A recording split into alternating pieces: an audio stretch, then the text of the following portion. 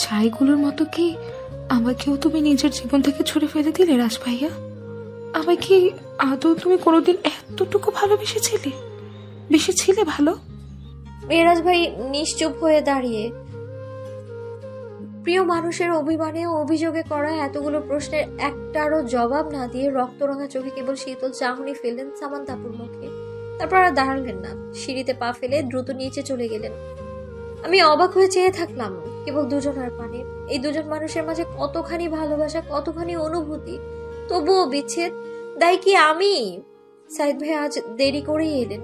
চেয়ারে আরাম করে বসেই আমার দিকে চাইলেন, তারপর একটা সুন্দর হাসি উপহার দিলেন। বিনিময়ে আমিও সৌজন্যতার সাথে হাসলাম। পরিচয়ের দুদিনের মাথাতেই বুঝতে পারলাম এই মানুষটা খুব মিশুক প্রকৃতির, ফ্লার্টিং এ দুর্দান্ত দক্ষ, সঙ্গে চঞ্চল প্রকৃতিরও। তবে ওনার হাসি খুশি কথাবার্তা নিমিষেই কোনো মানুষের মন ভালো করতে যথেষ্ট। আমি পড়ায় মনোযোগ দিলাম। মাঝপথে মেহু আপু নাস্তা সমেত হাজির হলো। টেবিলের এক কোণে নাস্তা রাখতে সাইদ ভাই বলে উঠলেন, কি আশ্চর্য, তুমি কি টিপিক্যাল বউ বউ ভাব শুরু করছো মেহ? জানোই তোমায় ভালোবাসি। এখন এমন করে খাবার টাবার আনলে তো ভালোবাসা আরও বেড়ে যাবে প্রিয়। আমি অবাক হলাম। কি বলে এলো? মুহূর্তে চোখ উঁচু করে চাইলাম মেহু আপুর দিকে। মেহু আপুর মুখে বিশেষ প্রতিক্রিয়া নেই, শুধু একবার সাইদ ভাইয়ের দিকে তাকিয়ে জবাব দিলেন, সাইদ ভাই, আপনি প্লে বয় টাইপ ছেলে, তা ভাইয়া থেকে আপনাদের বন্ধু মহল, এমনকি আমাদের কাজিন মহল সবাই জানে। এসব কিছু নাবিলা, নাফিসা, সামান্তা উপভোগ করলেও আমি উপভোগ করতে পারি না। এরপর থেকে ভালোভাবে কথা বললে বলবেন। আপুর কথা শুনে আবারও অবাক হলাম। সাইদ ভাই প্লে বয়? হ্যাঁ, হতেই পারে। সাইদ ভাইয়ের ফ্লার্টিং লেভেল ভয়ানক। কথায়ও কেমন জানি একটা ভাব আছে, যেন মেয়েদের সাথে ওনার বহু বছরের কথোপকথনের অভ্যাস। হতেই পারে এই লোক চরম লেভেলের মেয়েবাজ। মেহরাজ ভাই আমার টিউটর হিসেবে রাখার জন্য আর কোনো বন্ধুকে পাননি? আশ্চর্য।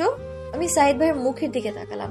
সাইদ ভাই তখনও মেহু আপুর দিকেই তাকানো, ঠোঁট চওড়া করে হেসে বলে উঠলেন, তুমি আমায় প্লে বয় বললে মেহ? না হয় নাবিলাকে একটু পছন্দ করি, বন্ধুর প্রেমিকা হিসাবে সামান্তাকে একটু ভালোবাসি, আর নাফিসা তো আমার কলিজা, তাই বলে প্লে বয়? মানায় এই উপাধি? পড়াতে এসেছেন, সামনে আপনার ছাত্রী আছে, ছাত্রীর সামনে একজন টিচার হিসেবে নিজের কতটুকু সম্মান রাখছেন? যাই হোক, পড়াবেন, তারপর চলে যাবেন। আর হ্যাঁ, জ্যোতির সাথে এসব কিছু চেষ্টা করবেন না বলে দিলাম সাইদ ভাইয়া। ও এসব পছন্দ করে না। চেষ্টা করবেন ওর সাথে অ্যাজ এ স্টুডেন্ট হিসেবেই বিহেভ করতে। কথাগুলো বলে মেহু আপু চলে গেল। আমি বোকা বোকা চোখ করে চেয়ে থাকলাম। এদের মধ্যে কি চলছে কিছু বোধগম্য হলো না পুরোপুরি ভাবে। এক পলক সাইদ ভাই তো এক পলক মেহু আপুর যাওয়ার দিকে তাকিয়ে বইয়ে মনোযোগ দিলাম পুনরায়। কাটলো আরো 6-6টা দিন। মেহরাজ ভাইকে এখন আর অগোছালো চুল, রাঙা চোখ নিয়ে দুঃখ যাপন করতে দেখি না। বুদ্ধিমান মানুষরা বোধহয় দুঃখকে দীর্ঘস্থায়ী না করে স্বল্প মেয়াদী রাখতেই ভালোবাসে, যেমনটা মেহরাজ ভাই। নিজের পরিপাটি রূপে ফিরতে দেরি হলো না তার, কিন্তু যতটা পরিপাটি তার বাইরের রূপ দেখাচ্ছে, ততটাই পরিপাটি কি আছে ওনার অন্তরের রূপটাও? আমি নিশ্চিত উনি ভেতরটা অতটাও পরিপাটি নেই ভেতর থেকে। দুঃখ যাপন না করলেও দুঃখ আগলে রাখার বিষয়টা বোধহয় ওনার সাথে আমার মিল আছে বলেই এই বিষয়টা আমি নিশ্চিত ভাবে বলতে পারলাম। অন্যদিকে সামান্তাপুর পাগলামো ক্রমশ বাড়লো, ক্রমশ বেসামাল হয়ে উঠলো 21 বছর বয়সী মেয়েটা। আবেগ অনুভূতিকে সামলাতে না পেরে প্রায়শই ছুটে আসেন মেহরাজ ভাইয়ের কাছে। নিজের ভেতরের দুঃখগুলো উগড়ে দিয়ে ঝাপটে ধরেন নিজের শখের পুরুষকে। কখনো বা হাউমাউ করে কান্না করে ওঠেন। এত সব কিছুর পরেও মেহরাজ ভাইয়ের প্রতিক্রিয়া শূন্য। এতটা কঠিন হয়ে থাকা যায় নিজেরই শখের নারীর দুঃখে? হয়তো থাকা যায়। যদি সেখানে মেহরাজ ভাই থাকে তবে বোধহয় অবশ্যই থাকা যায়, কারণ মেহরাজ ভাইকে কখনোই নিজের দায়িত্বের ঊর্ধ্বে গিয়ে আবেগ অনুভূতিতে গা ভাসাতে দেখিনি। দুজন যেন সম্পূর্ণ দুই রকম। এই দুজন মানুষের সূক্ষ্ম থেকে সূক্ষ্ম বিষয়গুলো আমি খেয়াল করেছি এই কয়দিনে। সঙ্গে খেয়াল করেছি নিজের পরিবর্তনও। কেমন জানি একাকিতে ক্রমশ ডুবে মরছি আমি। বাড়িতে আর যাই হোক দাদির সঙ্গ পেতাম, দাদির সাথে মন খুলে কথা বলা হতো, কিন্তু এইখানে কিছুই নেই, কেউ নেই। নিজের আপন মানুষের খুব অভাব বোধ করতে লাগলাম ক্রমশ। মেহু আপু, মেহেরাজ ভাই এদের সাথে কথা হয় মাঝে মাঝে, তাও টুকটাক কথাবার্তা। সকালের দিকে দুজনে বেরিয়ে যায়, তারপর আমি পুরোপুরি একা এই বাসায়। মাঝে সীমা আপার সাথে যদিও কথা হয়, তাও আবার অল্প সময়ের জন্য। সন্ধ্যায় মেহু আপু ফিরলেও দু একটা কথা বলেই ঘুম দেয়। আমি অবশ্য আগ বাড়িয়ে কথা বলার সময় চাইও না। আর মেহেরাজ ভাইয়ের সাথে কথা তখনই হয় যখন উনি আগ বাড়িয়ে কথা বলেন।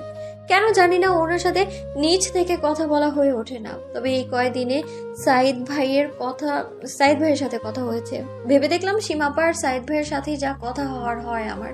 বাকিটা সময় আমি একা, সম্পূর্ণ একা। আনমনে ভাবতে লাগলাম গত 6 দিনের ঘটনা, মেহেরাজ ভাইয়ের স্বাভাবিক রূপ, সামান্তাপুর পাগলামো সবটা। তারপর অন্যমনস্ক ভাবেই ঘড়ির দিকে তাকালাম। রাত প্রায় 12:30, অথচ সেই সন্ধ্যায় বই নিয়ে বসেও আমার এখনো কিছুই পড়া হয়নি।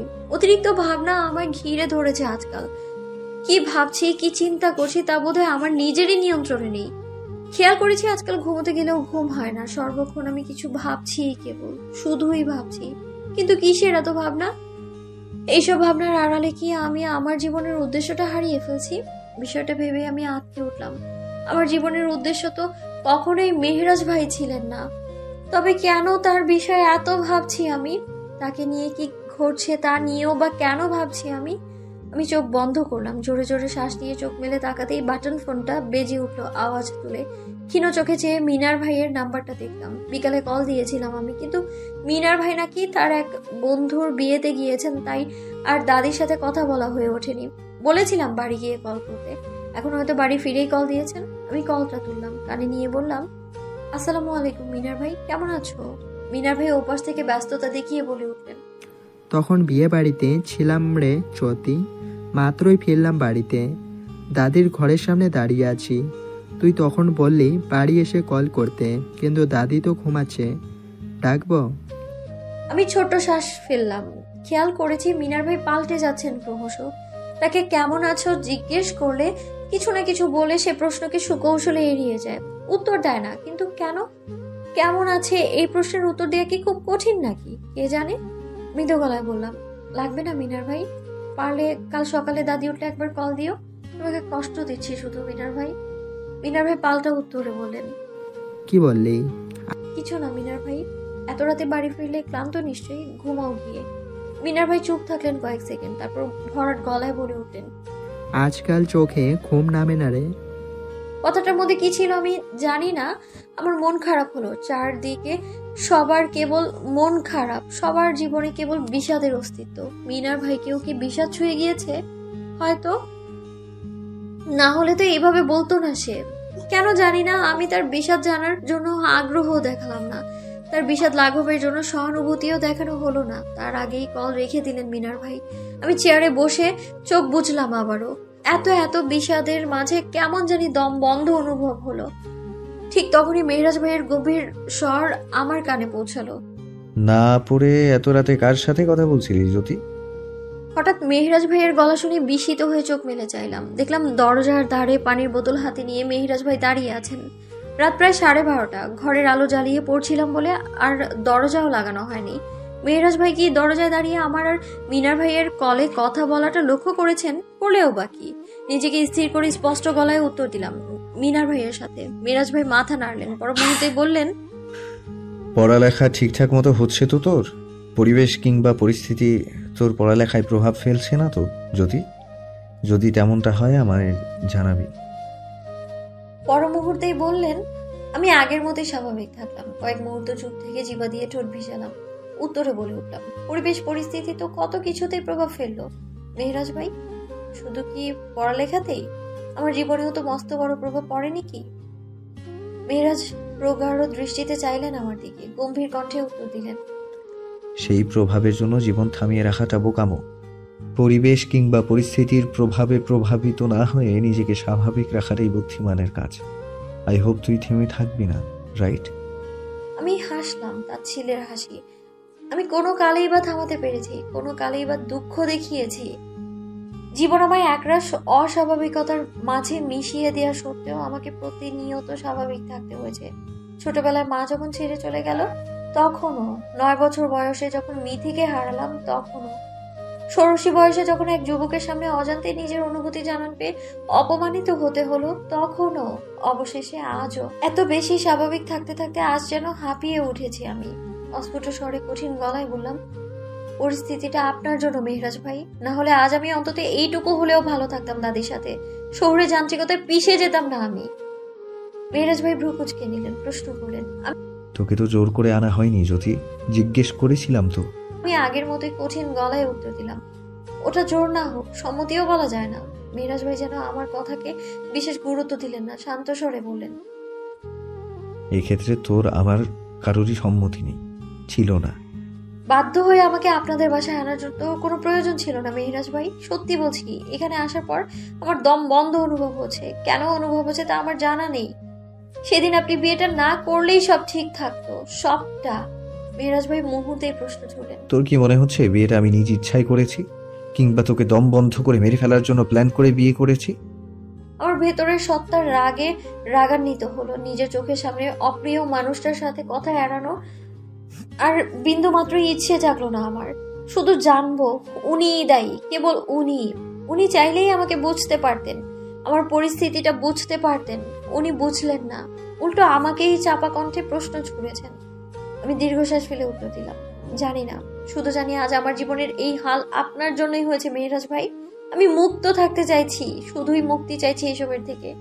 মেহরাজ ভাইয়ের দৃষ্টি এবার লালাভ হলো যেন। শীতল চাহনিতে আমার মুখে তাকিয়ে শান্ত অথচ দৃঢ় স্বরে বলে উঠলেন, মুক্ত হতে হলে সেভাবে নিজেকে গড়ে নে, তখন না তো সমাজ তোকে আটকাবে, আর না তো তোর কিংবা আমার পরিবার, এমনকি আমিও না। আর হ্যাঁ, এই পরিস্থিতির জন্য আমাকে দায়ী করা বন্ধ কর জ্যোতি। কথাগুলো বলে মেহরাজ ভাই আর দাঁড়ালেন না। আমি কথাগুলো শ্রবণ করে জলজল চাহনিতে তাকিয়ে থাকলাম। মুহূর্তেই অনুভব করলাম আমার ভেতরের সত্তা জাগ্রত হয়ে তেজ ছড়ালো। মেহরাজ ভাই কি আমাকে অবজ্ঞা করে বাক্যগুলো বলে গেলেন, ঠিক যেভাবে ষোড়শী বয়সে অবজ্ঞা করেছিলেন? মাথার মধ্যে ধপধপ করলো। দুজন পুরুষের প্রতি ক্ষণিকেই জেদ চাপলো। প্রথম জন হলো আমার আব্বা, দ্বিতীয় জন হলো মেহরাজ ভাই। রাত হলো, প্রায় 9টার ঘর ছুঁয়ে গেল, অথচ সাইদ ভাই আজ পড়াতে আসলেন না। অন্যদিন 8টায় এসেই হাজির হন, আজ আসলেন না। টেবিল চেয়ারে বসে বসে বইয়ে মনোযোগ দিয়েছিলাম, তখনই মেহু আপু ঘুমো ঘুমো চোখে সামনে এসে দাঁড়ালেন। বুঝলাম উনি মাত্রই ঘুম ছেড়ে উঠেছেন। মেহরাজ ভাইকেও কিছুক্ষণ আগে বাসায় ঢুকতে দেখেছিলাম, বোধহয় নিজের ঘরেই আছেন। আমি মেহু আপুর দিকে তাকালাম, কিছু বলার আগেই আপু বলে উঠলো, আজ বোধহয় সাইদ ভাই আসবে না, চল ছাদে যাই, লুডো খেলবো। নাবিলা, তুই সামান্তা আর আমি, সামান্তার মন ভালো থাকবে, বল। আমি সংকোচ বোধ করলাম।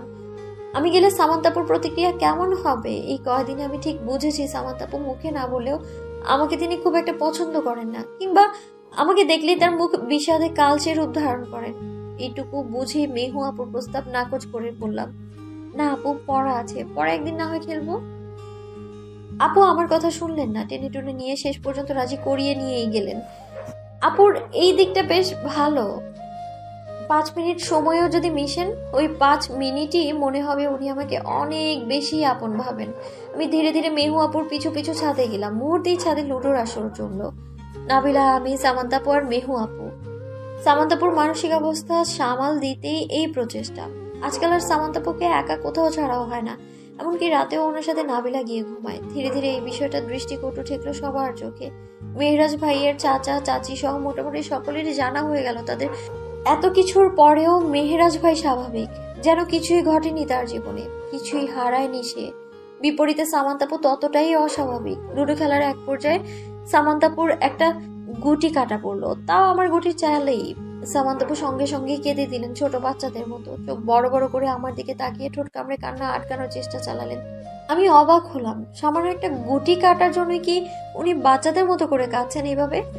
প্রথমে বুঝতে না পারলেও পর মুহূর্তেই সামান্তাপুর কথা স্পষ্ট বুঝে উঠলাম। সামান্তাপু অস্পষ্ট স্বরে বলল, এই লুডো খেলাটাও বুঝিয়ে দিচ্ছে আমি তোমার কাছে পরাজিত, আমি হেরে যাচ্ছি জ্যোতি।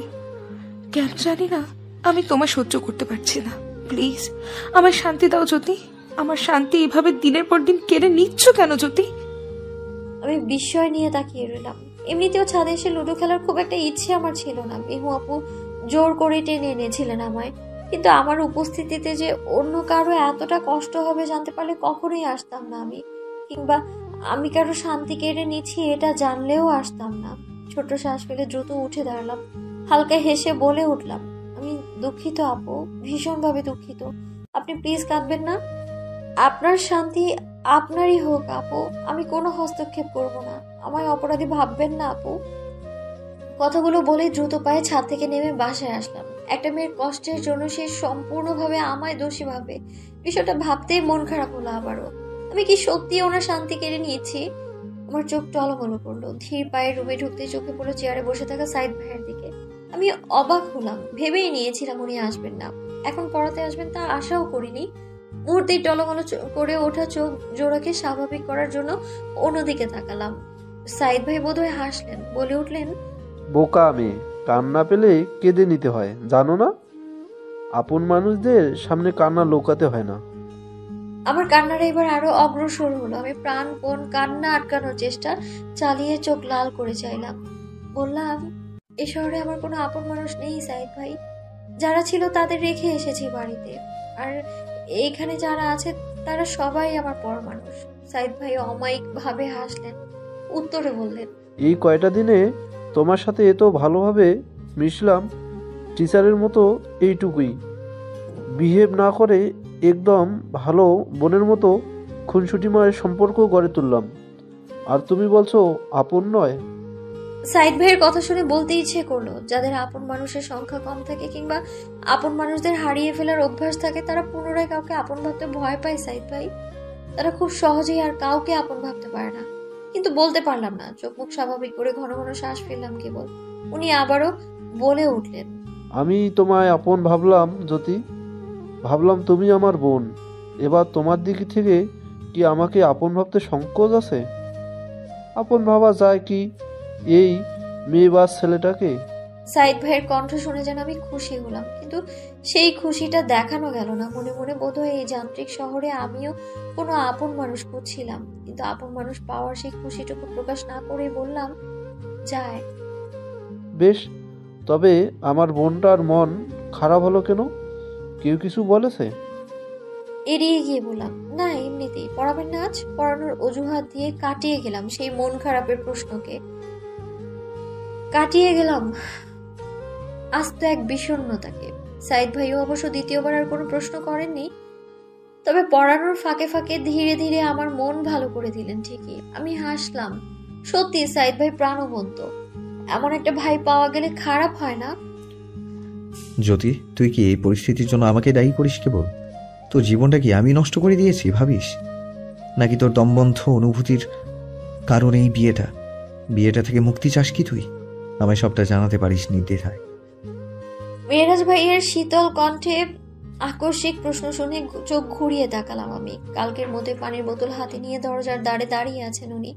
রাত প্রায় 1টা ছুঁই ছুঁই, সামনে পরীক্ষা বলেই পড়ছিলাম। আজও মেহরাজ ভাই এভাবে হাজির হবেন আমি ভাবিনি। কিয়ৎক্ষণ তাকিয়ে পুনরায় দৃষ্টি সরাতেই মেহরাজ ভাই আমার সামনে এলেন। চেয়ার টেনে বসে শান্ত স্বরে বলে উঠলেন, সামান্তা যদি কিছু বলে থাকে তা সিরিয়াসলি নিস না। মেহু বলল ও তোকে ছাদে দেখে অস্বাভাবিক আচরণ করেছে, তুই কি সিরিয়াসলি নিয়েছিস? আশা করি তোকে তা বলেও দিতে হবে না। তুই খুব ম্যাচিওর জ্যোতি, এইটুকু বোঝার ক্ষমতা আছে তোর, তাই না? আমি মনে মনে হাসলাম। তখন সামান্তা পূজা বলেছিল তার জন্যই বোঝাতে এসেছেন উনি, কিন্তু বোঝানোর কি প্রয়োজন?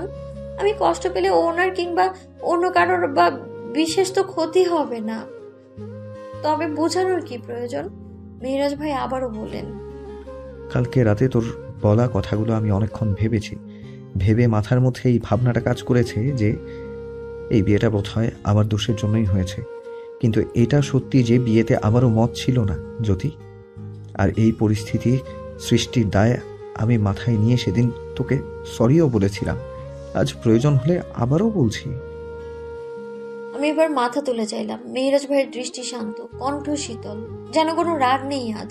কেমন স্নিগ্ধ চাহনি। নির্বিকার ভাবে 2-1 পলক তাকিয়ে স্বাভাবিকভাবে বলে উঠলাম, সরি বলেছিলেন, মনে আছে আমার। এখন কি করা উচিত আমার মেহরাজ ভাই? মেহরাজ ভাই আগের মতোই তাকালেন শান্তভাবে, বললেন, তুই আমাকে কেন শুধু দায়ী করছিস এই পরিস্থিতির জন্য? আমি 1 পলক তাকিয়ে শান্তভাবে বললাম, আচ্ছা, আপনি দায়ী নন। আর কিছু? মেহরাজ ভাই এবার চুপ হয়ে গেলেন। আমি হালকা হেসে বললাম, আপনি ইনিয়ে বিনিয়ে এই বিয়েটা থেকে মুক্তি চাইছেন মেহরাজ ভাই। আমি খুব ভালোভাবেই জানি আমি আপনারা সামান্তাপুর মাঝখানে চলে এসেছি দুর্ভাগ্যবশত, কিন্তু বিশ্বাস করুন আমার না এতে কোনো দায় নেই। আমি কখনো আপনাদের সুখ কেড়ে নিতে চাইনি, শান্তি কেড়ে নিতে চাইনি আমি। আপনি চাইলে সামান্তাপুর সাথে সম্পর্কটা আগের মতোই চালিয়ে যেতে পারেন, আমি বাধা দিব না। তবে বিয়েটা থাকুক।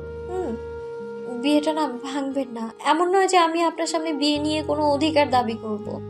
পরিস্থিতি স্বাভাবিক হলে আমি খুব শীঘ্রই চেষ্টা করব গ্রামের বাড়িতে দাদির কাছে ফেরত যেতে।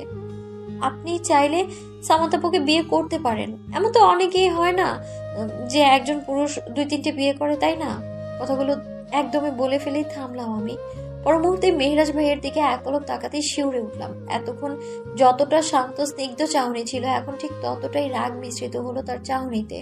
চেহারায় জল জল করলো অদৃশ্য রাগ, চোখ জোড়াও লালচে দেখালো। আমি তাকিয়ে রইলাম এক দৃষ্টিতে। মেহরাজ ভাই শীতল অথচ শক্ত গলায় বলে উঠলেন, তোর কি আমাকে তেমন পুরুষ মনে হয় জ্যোতি, যে বিয়ে করেও পরকীয়ায় জড়াবো আমি? তোরা মেয়েরা পুরুষদের কি ভাবিস আসলেই জানা নেই। তোদের কি মনে হয় পুরুষরা মেয়ে বলতেই পাগল? যেখানেই মেয়ে দেখেছে সেখানেই মেয়েদের সাথে সম্পর্কে জড়িয়ে পড়েছে, এদের বিয়ে করে নিচ্ছে। ছোট শ্বাস ফেলে উত্তর দিলাম, আপনি কথাগুলোকে নেগেটিভলি নিচ্ছেন মেহরাজ ভাই। যেখানেই মেয়ে দেখেছেন সেখানেই সম্পর্কে জড়াচ্ছেন কিংবা বিয়ে করছেন, এমন কোনো কথা আমি উল্লেখ করিনি। আমি উল্লেখ করেছি আপনাদের ভালোবাসার কথা। দুজন দুজনকে ভালোবেসেছেন, বিয়ে করার, সংসার করার স্বপ্ন দেখেছেন। আমার জন্য কেন সেসব থেমে যাবে?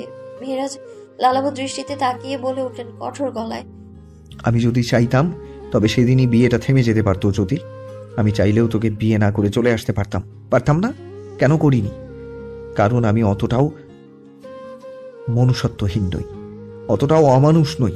আমার জন্য তোকে এসবের দায় নিয়ে অনেক ভোগান্তিতে পড়তে হবে, মানতে পারতাম না। তাহলে নিজেই নিজের কাছে অনেক নিচু হয়ে যেতাম। তখন বিয়েটা অনেক ভেবেচিন্তেই করেছিলাম, পুরো রাত ভেবেছিলাম। ভালোবাসার কথা ভাবলে সেদিনই বিয়েটা করতাম না। আর একটা কথাও মাথায় রাখিস, আমি অন্যায় কাজে মন দিতে পারি না, না তো 2 নৌকায় পা দিয়ে চলতে পারি।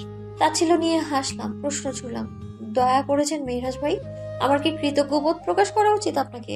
সারা রাত ভেবে চিন্তে যখন বিয়েটা করেছিলাম, যেহেতু অবশ্যই যুক্তি নিয়েই করেছিলাম, দয়া হলে সেটা বিয়ে পর্যন্ত যেত না জ্যোতি। আবারও প্রশ্ন করলাম তাচ্ছিল্য নিয়ে, তবে বিয়েটা করে দায়িত্ব পালন করেছেন? মেহরাজ ভাই উঠে দাঁড়ালেন, ট্রাউজারের পকেটে হাত গুটিয়ে ঠোঁট গোল করে শ্বাস ফেলেন, তারপর বললেন, আমার দ্বারা অন্যায় কাজ হয় না সচরাচর। তোকে বিয়ে না করলে বিষয়টা সেদিন চরম অন্যায় হতো। হয়তোবা নিজেকেই ক্ষমা করতে পারতাম না। আমি যেটা বলতে এসেছিলাম, সামান্তা হয়তো নিজের হুঁশে নেই। আদরে আহ্লাদে বেড়ে উঠেছে ও। বয়সে তোর থেকে বড় হলেও ও তোর থেকে বেশ ইম্যাচিওর জ্যোতি। পরবর্তীতেও যদি ও এমন কোনো দোষারোপ করে, বুঝে নিতে পারবি না নিজে থেকে? আমি আনমনে হাসলাম। প্রিয় মানুষকে এতটাই ভালোবাসেন যে তারই প্রিয় মানুষের আচরণে অন্য কেউ কষ্ট পেয়ে ভুল বুঝুক, এটাও চান না। কত ভালো গুণ! মাঝে মাঝে আফসোস হয়, মেহরাজ ভাই যদি এই ভালোবাসাটা আমায় দিতেন, ঠিক এইভাবেই যদি আমায় ভালোবাসতেন, খুব বেশি কি ক্ষতি হতো? হয়তো এই কঠিন হৃদয়ের মানুষটার ভালোবাসা হারিয়ে সামান্তাপুর মধ্যে পাগল প্রায় অবস্থা হতো আমার। তার থেকে না হয় এই সর্বনাশা ভালোবাসা না পাওয়াই শ্রেয়। মেহু আপু আর মেহরাজ ভাই বেরিয়ে যাওয়ার পর সীমা আপা আসলেন। আমি হালকা হাসলাম। সীমা আপা বেশ অদ্ভুত মানুষ, কেমন যেন খ্যাপাটে স্বভাব। কথা বলার ক্ষেত্রে কি কি বললে কেউ কষ্ট পাবে, আঘাত পাবে না ভেবে কথা বলে যান, এগুলো না ভেবে কথা বলে যান সে। তবু এই খ্যাপাটে মহিলার সাথে আমার 2-4টা কথা হয়, এই অনেক। সীমা আপাকে রান্নাঘরে টুকটাক সাহায্য করে রান্না প্রায় শেষ হয়ে আসতেই আমি গোসলের জন্য গেলাম। কিছুক্ষণ পর বের হয়ে ভেজা চুল তোয়ালে দিয়ে মুছতে মুছতে কানে এলো সীমা আপার কণ্ঠ, জ্যোতি মাইয়াডার মায় নাকি ছোটবেলায় মাইয়াডার রাইখা অন্য পুরুষের লগে পালাই গেছে। হায় রে, কেমন হের মা আর কেমনই বা হের মার চরিত্র। মাইয়াডার দিকেও তাকাইলো না ওই মায়ে। না জানি মাইয়াডার চরিত্র কেমন হয়। বড় ভাই তো বহুত ভালো মানুষ, ভালো মানুষের কপালে ভালো মানুষ জুটলেই ভালো। সীমা আপার বলা কথাগুলো শুনে পা থেমে গেল আমার। গ্রামের বাড়িতে মায়ের চরিত্র নিয়ে কথা শুনতে শুনতে এখন এইসবে আর বিশেষ অপমানিত বোধ করি না আমি, বরং অভ্যাস হয়ে গিয়েছে আমার। এখন এখানে এসেও যে সেই একই অপমানের সম্মুখীন হতে হবে কখনো ভাবিনি আমি। শুকনো ঢোক গিলে দাঁড়িয়ে থাকতে এবার আরো একটা কণ্ঠস্বর কানে এলো। কণ্ঠস্বরটা ফাতেমা আন্টির। সীমা আপার কথাগুলোকে বেশ গুরুত্ব দিয়েই উনি বলে উঠলেন, সে কি বলো সীমা, মেয়েটারে দেখতে তো নম্রভদ্র পরিবারেরই লাগতো। মেয়ের মা যে এমন ছিল তা তো শুনিনি। তুমি কার কাছে শুনলে এমন কথা? আরে নাবিলা আপার আম্মা কইছে আমারে। সত্যি নাকি? মেহেরাজ প্রেম প্রেম করে শেষ পর্যন্ত এমন মেয়ে বিয়ে করলই বা কেন? হয়তো মেয়েটা ভালো। মেয়ের মা কি আর তেমন ছিল? নয়তো মেহেরাজের মতো বুদ্ধিমান ছেলে নিজ থেকে বিয়ে করতো নাকি এমন মেয়েকে? নিজ থেকে বিয়া করলো কে কইল? বিয়া তো ওগো জোর কইরা দিল। সে বহুত কাহিনী। আপনি আবার এডি কারোরে বইলেন না ফাতেমা আপা। আরে না না, বলবো না। কথাটা বলে সামনে তাকাতেই আমি দেখে চমকে গেলাম। চোখ বড় বড় করে বলে উঠলেন, এ কি মা, তুমি গোসল সেরে বের হলে নাকি? একটু এসেছিলাম, বাসে একা একা কি করছো দেখতে। দেখি সীমা রান্না করছে, তাই ওর সাথে কথা বলছিলাম। আমি সৌজন্যতা দেখিয়ে হাসলাম। মানুষ জাতি বড়ই অদ্ভুত। পেছনে পেছনে একটা মানুষের নামে চরম খারাপ পর্যায়ের খারাপ কথা বলতে পারলেও সামনে এলেই প্রশংসার ঝুড়ি মেলে। বললাম, ভালো তো, বসুন আন্টি। আন্টি বসলেন না, হেসে বলে উঠলেন। আমি আর কথা বাড়ালাম না। না না মা, কাজ আছে বাসায় অনেক, যেতে হবে যে। আন্টি চলে যেতে নিয়েও থেমে গেলেন যেন। বাঁকা চোখে আমার দিকে তাকিয়ে পরখ করলেন কি যেন। আমি স্থির দাঁড়িয়ে রইলাম। দাঁড়িয়ে দাঁড়িয়ে ফাতেমা আন্টির দৃষ্টি দেখছিলাম আমি। হঠাৎই চোখে চোখ পড়লো, চোখাচোখি হলো। সঙ্গে সঙ্গে আন্টি থতমত খেয়ে গেলেন। আমি হাসলাম। দুপা বাড়িয়ে কিছু বলবো, ঠিক তখনই কলিং বেল বাজলো। ঘাড় ঘুরিয়ে এক পলক দরজার দিকে তাকিয়ে এগিয়ে গেলাম। পর মুহূর্তেই দরজা খুলে চমকে গেলাম আমি। আবার মেহরাজ ভাই দুজনকে দাঁড়িয়ে থাকতে দেখে অবাকের চরম পর্যায়ে পৌঁছলেও স্বাভাবিক থাকার চেষ্টা করলাম আমি। মনে মনে ভাবলাম, আব্বা কেন আসলো? এত দূর পাড়ি দিয়ে আব্বাকে আমাকে দেখতে এলো? আমি কেমন আছি তা দু চোখে দেখার জন্য কি এলেন উনি? কথাগুলো ভাবতে ভাবতেই অনুভব করলাম কষ্ট হচ্ছে আমার। আজ যদি অন্য সব বাবা মেয়ের মতো আমার আর আব্বার সম্পর্কটাও স্বাভাবিক থাকতো কত ভালো হতো। কি দোষ করেছি আমি? আমি কষ্টকে দমিয়ে নিলাম। আব্বাকে দেখে কেমন আছে জিজ্ঞেস করতে ইচ্ছে হলো, দেরিও করলাম না। দ্রুত সালাম দিয়ে বললাম, কেমন আছেন আব্বা? দাদি ভালো আছে? বাড়ির সবাই কেমন আছে? আব্বা আমার দিকে তাকালেন। আমার প্রশ্নগুলোর উত্তর দেওয়ার জন্য প্রস্তুত হয়ে গলা ঝাড়লেন। তারপর কিছু বলতে নিতেই আকস্মিক এক ঘটনা ঘটলো। নিচু তলা থেকে সিঁড়ি বেয়ে দ্রুত ছুটে এলেন সামান্তা আপু। চোখ মুখে কান্নার স্পষ্ট চিহ্ন। আমি নির্বিকার ভাবে ওনা ছুটে আসার দিকে তাকিয়ে থাকলাম, কিন্তু পর মুহূর্তেই আরো এক আকস্মিক ঘটনা ঘটালেন তিনি। হুট করে এসে মেহরাজ ভাইকে দুই হাতে শক্ত করে জড়িয়ে ধরে হাউমাউ করে কেঁদে উঠলেন।